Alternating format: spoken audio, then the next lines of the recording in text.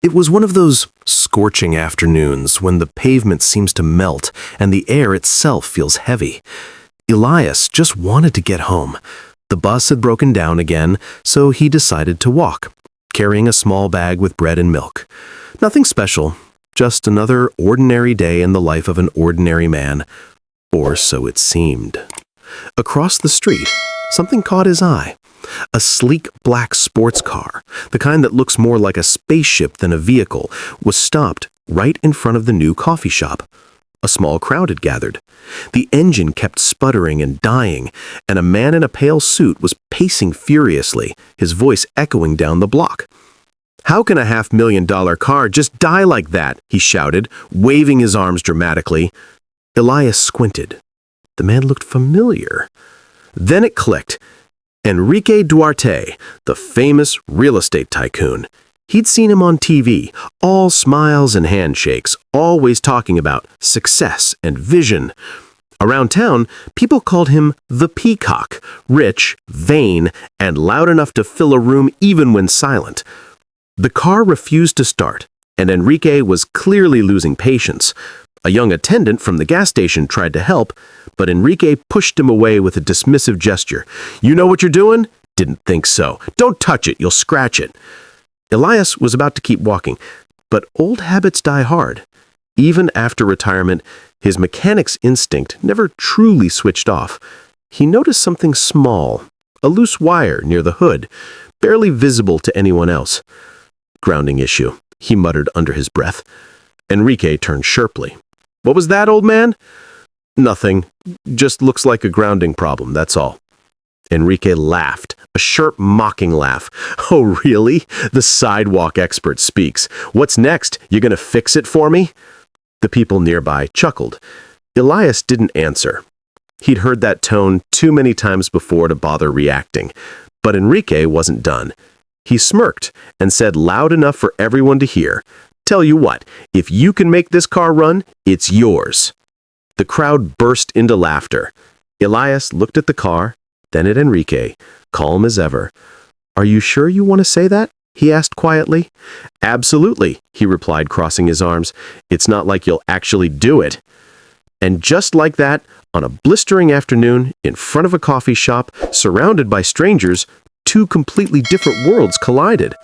Arrogance and experience, wealth and wisdom. One man who thought money could buy anything, and another who had already learned that true value has nothing to do with price tags. Elias set his bag gently on the ground, rolled up his sleeves, and said softly, "All right then, let's see just how sure you really are." The moment Elias said those words, the air around them changed. The laughter that followed wasn't cruel yet, just that uneasy chuckle people give when they don't know whether to take something seriously or not. Enrique grinned wide, sensing a show. "Oh, this I gotta see," he said, clapping his hands together. "All right, everyone, step back. Let's give the master mechanic some space." He said it like a joke, but his voice carried that sharp edge, the kind that cuts even when it sounds friendly. Elias walked slowly toward the car, his eyes moving over it like a surgeon scanning a patient. It was a machine he could never afford, but to him, an engine was an engine. Every one of them spoke the same language. The crowd shuffled closer. A couple of people pulled out their phones. It was entertainment now.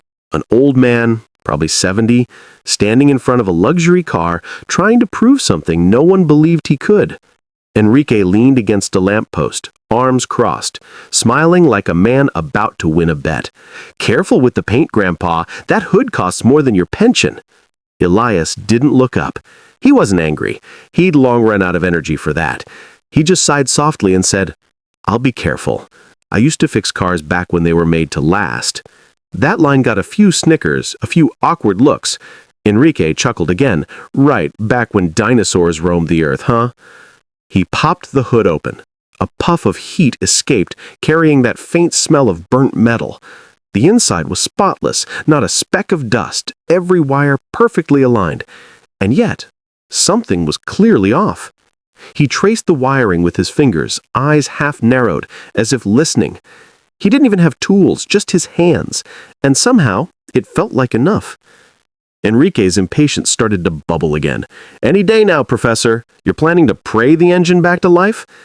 The people nearby laughed harder this time. It stung a little, not because of pride, but because Elias had seen this scene before. Not here, not with this man, but 100 times over his life. The world loves to underestimate quiet people. He ignored the laughter. His thumb brushed a small, loose connector by the fuse box. Wire no one would notice, unless they'd spent decades feeling the heartbeat of machines. He pressed it gently, and the dashboard flickered for a split second. Enrique noticed. What was that? Elias closed the hood halfway, his tone calm as still water. Nothing yet, just listening. Someone in the crowd muttered, "He's lost it." And more laughter followed. Enrique smirked, but there was a flicker of curiosity now. Just a tiny one, almost hidden under the arrogance. Elias stepped back, wiping his hands on his pants, and said softly, "You said if I made it start, it's mine, right?" Enrique scoffed. "I said it, yeah, but don't worry, you'll be walking home." Elias smiled faintly. It wasn't a confident smile, just the quiet kind that comes from someone who knows something others don't. The smile of patience. And as the crowd grew louder and the insults mixed with laughter, Elias leaned in toward the car again, whispering almost to himself, "All right, old friend, let's show them you've still got some life left." Elias crouched beside the car, the sun reflecting off the glossy black hood like a mirror. The air smelled like burnt rubber and espresso from the cafe nearby. Around him, people whispered and laughed, but he didn't hear any of it anymore. That noise, that hum of disbelief, had followed him his whole life. He ran his hand gently along the edge of the car, as if greeting it. Machines had always spoken to him in a way people didn't. Some folks talked about intuition, others called it experience. For Elias, it was simply listening. Every hum, every click, every hesitation in a motor had a story to tell, and he'd spent 40 years learning to understand it. "All right, old girl, let's talk." Enrique checked his watch dramatically. "Tell me, old man, should I call the tow truck now or wait for the magic?" Elias smiled faintly, without looking up. "You could wait, might learn something." That got another round of laughter. Someone from the crowd shouted, "Maybe he'll pray it back to life." And Enrique laughed the loudest. Elias opened the small panel under the steering column, his fingers moving with the kind of precision that only comes from muscle memory. No hesitation, no fumbling. He found the loose wire he'd spotted earlier, twisted it gently, and reconnected a tiny metal clip that had shifted out of place. Something no diagnostic computer would ever notice. A soft click echoed, barely audible, but Elias heard it. He smiled. Just a flicker. Enrique leaned forward. "What was that? Did you break it?" Elias stood slowly, brushing his hands off. "No, I fixed what someone else broke." Enrique raised an eyebrow, unimpressed. "Right. And I'm supposed to believe that was it. You haven't even touched the ignition." Elias looked at him calm and steady. "Go ahead, try it." The crowd murmured. Some leaned in closer, phones ready to catch the moment when the car inevitably didn't start. Enrique rolled his eyes, muttered something under his breath, and slid into the driver's seat with theatrical exaggeration. He turned the key. Nothing. A couple of people snorted. Enrique laughed, triumphant. "See? I'll talk. Like I said, go home, Grandpa." Elias didn't flinch. "Try again," he said softly. Enrique frowned, turned the key once more, and for half a second there was a faint spark of life. The engine coughed, then fell silent again. The laughter quieted just a little. "Again," Elias said. Enrique hesitated, his confidence cracking for the first time. He turned the key a third time, and this time the car growled. A deep, throaty sound burst from the exhaust, rumbling like a sleeping beast waking up after a long nap. The crowd froze. Every face turned toward the car, eyes wide. Elias didn't gloat, didn't even smile. He just stood there, hands folded behind his back, watching. Enrique was still sitting inside the car, staring at the dashboard like he couldn't believe it. What did you do?" he muttered. Elias finally smiled, not with pride, but with quiet satisfaction. Nothing you'd understand in a suit that expensive. And for the first time that day, the laughter stopped. For a moment, nobody moved. The deep rumble of the engine filled the air, steady and alive, like a heartbeat returning after everyone had already given up.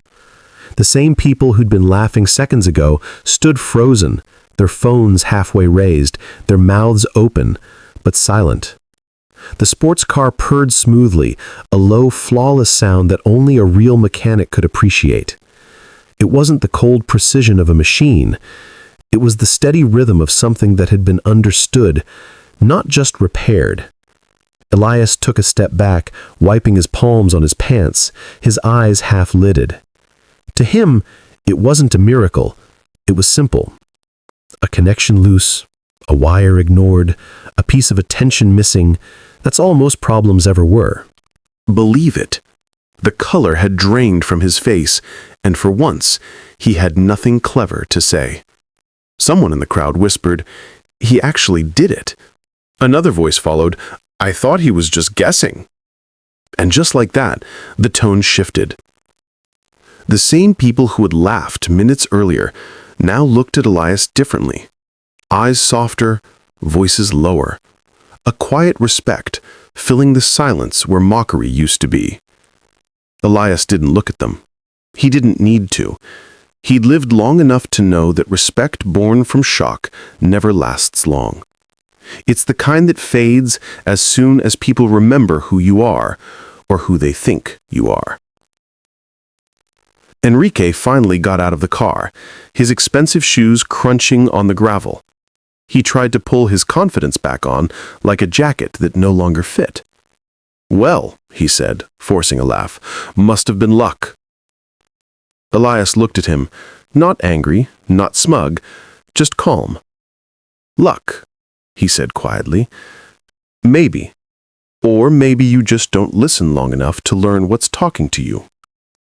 The line hit harder than it sounded. Some of the onlookers smiled faintly, others nodded. A young guy near the back muttered, "Man, that's deep," earning a few nervous laughs. Enrique's jaw tightened. He wasn't used to being the one who looked small. He turned to the crowd, trying to recover control. "All right, show's over, everyone. Thanks for the free entertainment." But the crowd didn't move. They just stood there, watching him, not with amusement anymore, but with quiet judgment. Elias bent down to pick up his grocery bag. The loaf of bread had rolled out, and he placed it back gently, as if nothing unusual had happened. Enrique stepped closer, his voice lower now. "Tell me the truth. What did you do to it?" Elias looked up at him, his eyes tired, but kind. "Fixed it. That's what I've done all my life. Fix things people break." He turned to walk away. The sound of the engine still rumbled behind him, smooth and steady, as if it were thanking him too. And for the first time that afternoon, Enrique Duarte, the man who thought he could buy respect, stood there surrounded by silence. The kind of silence that humbles. Elias started to walk away. Steady and unhurried, the kind of walk of a man who spent a lifetime being underestimated and no longer takes offense.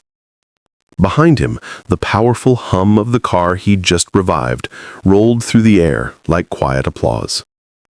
Enrique stood there, unsure what to do with his hands. The crowd was thinning now, but not before a few people approached Elias as he passed. "Hey, mister, that was amazing," one young man said. Elias just nodded. "It's just experience, son. You get old enough, everything starts making sense, including people." Enrique heard that and felt a small sting. He didn't understand why. It wasn't an insult, but something about the man's tone, humble, honest, felt heavier than any criticism. He called out, "Wait!" Elias turned around slowly, squinting under the sun. Enrique walked toward him, one hand still gripping his expensive key fob like a weapon he didn't know how to use anymore. You worked as a mechanic?" he asked, the question clumsy, awkward. "For a long time," Elias said, "since before cars had computers telling them how to feel." Enrique forced a laugh. "Well, I suppose that makes you old-fashioned." "Maybe. But the thing about old-fashioned, it usually still works." Enrique didn't respond. He couldn't. There was a calmness in the man's words that stripped away every layer of arrogance he wore like armor. He tried again, softer this time. "You said you fixed things people break. You meant cars?" Elias shook his head slowly. "Not always." Something about that answer made Enrique's chest tighten. There was something behind those words, something about patience, forgiveness, and time. The silence between them stretched. The crowd was gone now. Only the two of them remained. The millionaire with too much pride, and the ex-mechanic with nothing left to prove. Enrique finally sighed, his voice quieter than it had been all day. "Listen, I might have been a bit harsh before." Elias smiled faintly. "A bit." Enrique looked down at the keys in his hand, then back at the car. "You really want it? The car, I mean. I said it'd be yours if you got it running." Elias chuckled softly. "No, son, you keep your toy. I've got no use for that much metal. My old truck still does what it needs to do." Enrique studied him for a moment, trying to understand this strange kind of man, someone who could walk away from winning. "Then why did you do it?" Elias looked at the car one last time. "Because it was broken, and because you weren't listening. Both of you needed fixing." Money had never bought him, respect he hadn't earned, and humility he didn't expect. That night, Enrique couldn't sleep. The sound of that engine, the one that man had revived with nothing but his hands, kept replaying in his head. It wasn't just the sound itself, it was how Elias had done it. Calm, patient, certain. Enrique was used to people rushing to impress him, talking fast, promising big, always looking for approval. But Elias, he didn't care who was watching. That bothered him. It also fascinated him. The next morning, Enrique did something unusual. He went back to the cafe. Same time, same sun cutting across the shop windows. He didn't know why. Maybe part of him hoped he'd see that old man again. And he did. Elias was sitting at a small table outside, sipping coffee from a chipped cup, reading a newspaper like the world wasn't in a hurry. Enrique hesitated before approaching. "Mind if I sit?" Elias looked up, the same calm expression as before. "You can sit. Whether I mind depends on what you want." Enrique half smiled, unsure if that was a joke. "I just wanted to say thank you for yesterday." Elias nodded. "You already did. You just didn't use words." Enrique blinked.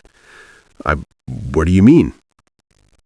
"When you didn't laugh the second time," Elias said, folding his newspaper. "That's when you thanked me." Enrique chuckled softly. "You've got a strange way of reading people." "I've spent my life listening to things that don't talk back. Engines mostly. People aren't that different. Both break for the same reason: neglect." Enrique sat back, studying him. "You really were a mechanic then?" Elias nodded. 40 years. Owned a small shop down by the river. It's gone now." "What happened?" Elias stirred his coffee, thinking for a moment. "Flood took it. Same year I lost my wife. I figured when one thing you love disappears, it's time to let the rest go too." Enrique went quiet. He didn't know what to say. For a man who built towers of glass and steel, he suddenly felt very small. Elias went on, his tone steady. I still fix things sometimes. Not for money, just for peace. Enrique looked down, then back at him. You could have opened another shop. Maybe, Elias said. But the world doesn't want fixers anymore. It wants replacers. If it breaks, you throw it away. People too. The words hit harder than he expected. Enrique felt something shift in his chest, a realization he hadn't asked for, but couldn't unhear. Elias smiled faintly, finishing his coffee. Yesterday wasn't about your car. It was about you. Sometimes a man needs to stall before he can start right. Enrique looked at him, quietly stunned. You talk like a preacher. No, just a man who's broken down a few times and learned how to restart. Over the next few days, Enrique couldn't get Elias's words out of his head. Sometimes a man needs to stall before he can start right. At first, he brushed it off, just some poetic nonsense from an old man. But the more he tried to ignore it, the more it echoed in places he didn't expect. He heard it in meetings where his team laughed at his jokes, but feared his silence. He saw it in his reflection in the tinted glass of his skyscraper, a man who owned everything except peace. That night, his phone buzzed endlessly. Investors, clients, headlines. Another expansion, another record profit. But instead of excitement, he felt a kind of emptiness. He turned off the phone, sat in the dark, and thought about grease-stained hands and a calm voice saying, people break for the same reason as machines, neglect. The next morning, everything went wrong. His luxury car, the same one Elias had fixed, refused to start again. He hit the steering wheel, cursed, called the dealership. They sent a tow truck. But deep down, Enrique knew it wasn't the car. The problem was something bigger, something he couldn't buy his way out of. He didn't go to the office that day. Instead, he drove, in a borrowed car, to the industrial side of town, back to where he'd met Elias. The cafe was closed. A handwritten sign on the door said, out for the day, fixing something important. Enrique smiled bitterly. Of course, the man was out fixing something again. He walked around, aimless, until he saw a small garage tucked between two warehouses. Inside, Elias was bent over an old motorcycle, sleeves rolled up, working like time itself had slowed down for him. Enrique leaned on the doorframe. You know, every time I find you, you're saving something from the junkyard. Elias didn't look up. That's because most things people throw away aren't broken. They're just forgotten. Enrique stepped inside, hands in pockets. You ever fix people? Elias smiled faintly. Only if they admit they're broken. For a moment, silence filled the air. The kind that says everything words can't. Finally, Enrique said, I think I'm running on empty. Studied him. Then stop pretending to drive. Enrique frowned. What's that supposed to mean?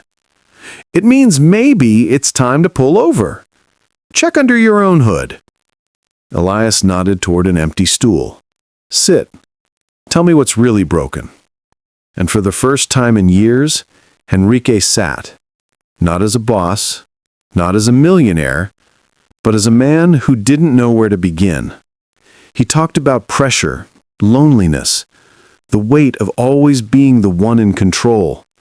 Elias listened, never interrupting. When Enrique finally stopped, his eyes burned. Not from anger, but relief. You can fix an engine by replacing a part, Elias said softly. But to fix a man, you've got to clean the rust first. And that takes patience. Enrique nodded, his voice low. Then I guess I've got a lot of rust. Elias smiled. Good. That means you're worth fixing. Enrique started showing up at the garage more often. At first he told himself it was just to clear his head, but soon he was there every afternoon, sleeves rolled up, trying to understand why oil filters never wanted to cooperate and why Elias always seemed to hum while working. The first time Henrique held a wrench properly, he dropped it. Elias didn't laugh. He just handed it back and said, "Good. Now you'll remember the weight." That became a pattern. Every mistake was a lesson. Every failure, a reminder that perfection had nothing to do with pride. It came from patience. Weeks passed. The millionaire began smelling like gasoline and sweat instead of cologne and polished marble. He started greeting the local kids who hung around the garage, buying them sodas and listening to their stories. Something in him softened. Not his strength, but his ego. One afternoon, Elias said, "You ever built something with your own hands, Henrique?" "Not really," he admitted. "I buy things. I don't build them." Elias nodded.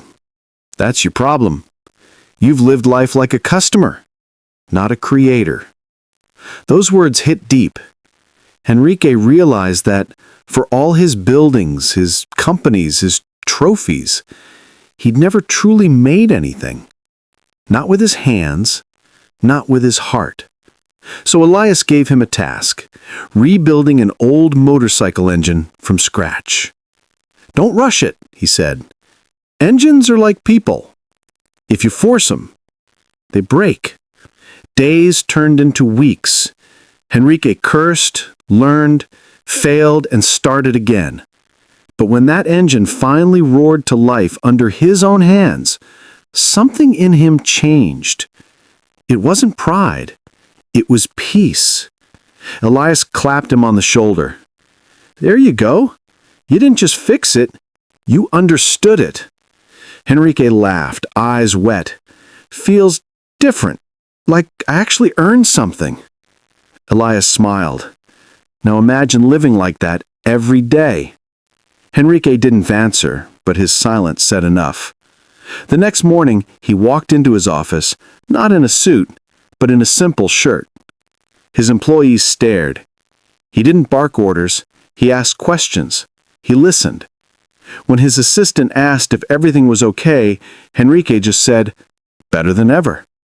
He started paying attention to people, to moments, to small things he used to ignore. He even created a new initiative at his company, a training program for underprivileged youth who wanted to learn mechanics and engineering. He called it the Restart Project. Elias refused to let him name it after him. "Don't make this about me," he said. "Make it about what comes next." Henrique smiled. "What comes next is fixing more than engines." That night, as the sun set behind the city skyline, Henrique sat outside the garage with Elias, sipping coffee from mismatched mugs. "You know," Henrique said, "you never told me why you helped me that day." Elias looked at him, eyes soft. "Because you reminded me of myself. Before I learned that being powerful isn't the same as being strong." Henrique nodded slowly. "And now?" "Now," Elias said, leaning back with a faint smile, "you're starting to understand the difference." 6 months passed. The city didn't stop moving. It never did. But something had changed in Henrique's world. The man who once measured life by profit margins now found meaning in things that didn't have a price tag. The Restart Project had become more than a corporate initiative. It was a movement. Dozens of young people, kids who'd been told they'd never amount to anything, now spent their afternoons in the company's new workshop, learning the art of mechanics, restoration, and patience. To him, every mistake was progress. One day, during a press visit, a journalist asked Henrique, "What made you invest in this? This isn't exactly a profitable venture." Henrique smiled. "It's not about profit. It's about repair, of engines, of people, of myself." The story went viral. Not the flashy kind of viral that burns out fast, but the kind that makes people feel. Messages poured in from around the country, from retired workers, teachers, and former mechanics who said they finally felt seen. Even his employees noticed the difference. Meetings were shorter, but conversations were deeper. Enrique had stopped being the man who demanded respect. He had become the man who earned it. Elias watched all this quietly, almost from the shadows. He didn't want attention, only results. One afternoon, as the two men watched a group of students tinkering with an old car, Elias said softly, "You've built something worth keeping, Enrique." Enrique shook his head. "We've built it, together."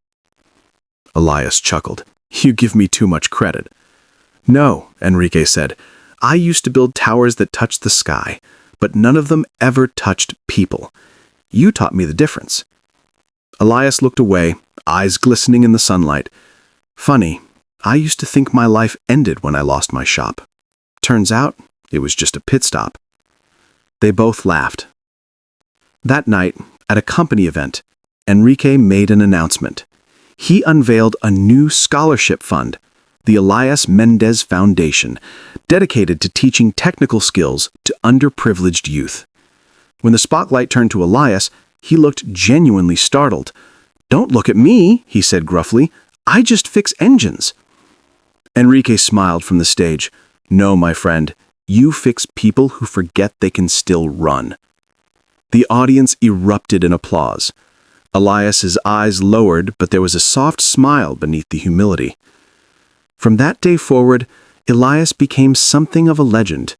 Not the kind who gives speeches or signs autographs, but the kind people talk about quietly, with respect. Old Man Elias, the one who taught the millionaire how to be human again. Years passed, but the memory of that first encounter, the breakdown on the side of the road, never faded for Enrique. The Elias Mendez Foundation had grown beyond what either of them imagined. It wasn't just a workshop anymore. It was a network of schools across the country, giving hundreds of young men and women a second chance, a real restart. Elias, now in his late 70s, still came by the main center every week. He didn't teach as much these days. His hands had grown slower, his back a little bent, but his eyes were as sharp as ever. He'd walk through the rows of engines and students, nodding quietly, correcting a grip here, a movement there. To them, he was more than a mentor. He was proof that dignity doesn't fade with age. One cold morning, Enrique got a call. Elias had fallen ill. Nothing dramatic, just time catching up with him. Enrique visited him in his modest apartment, the walls lined with old photos, yellowed manuals, and tools polished from years of use. Elias was sitting by the window, a blanket over his legs, sunlight spilling across his face. Enrique smiled. "You look comfortable." Elias smirked. "I'd look better with a carburetor in my hands." They both laughed, though quietly. Enrique sat beside him. "You know, the foundation's opening a new branch next month, in your hometown." Elias nodded slowly. "Good. Maybe some kid there will learn faster than I ever did." Silence settled between them. Not the awkward kind, but the kind built from years of understanding. Finally, Enrique said, "You changed my life, old man." Elias looked at him, eyes soft. "No, I just reminded you that you had one." Enrique swallowed hard, blinking back the heaviness in his chest. A few weeks later, Elias passed away quietly in his sleep. No drama, no headlines, just peace. At the funeral, Enrique spoke only a few words. "He taught me that wealth isn't about what you own, but what you repair. And the best things in life can't be bought, only rebuilt." He placed a wrench on Elias's coffin, the same one he'd handed him years ago when he dropped it for the first time. "Now I'll remember the weight," Enrique whispered. Months later, the foundation's main garage hung a small sign over its entrance. It read, "Every man deserves a restart. EM." The engines roared every morning, not from machines alone, but from hearts that had learned resilience, patience, and humility. Enrique often visited, walking through the sound of clattering tools and laughter. He never stopped missing Elias, but he didn't need to. The old man was everywhere. In the grease-stained hands of the students, in the hum of the engines they revived, in the calm that came when something broken came back to life. And sometimes, late at night, Enrique would stand in front of an unfinished motorcycle, touch the cold metal, and whisper, "Thanks for fixing me, old man." Then he'd smile, start the engine, and let it run. Smooth, steady, alive.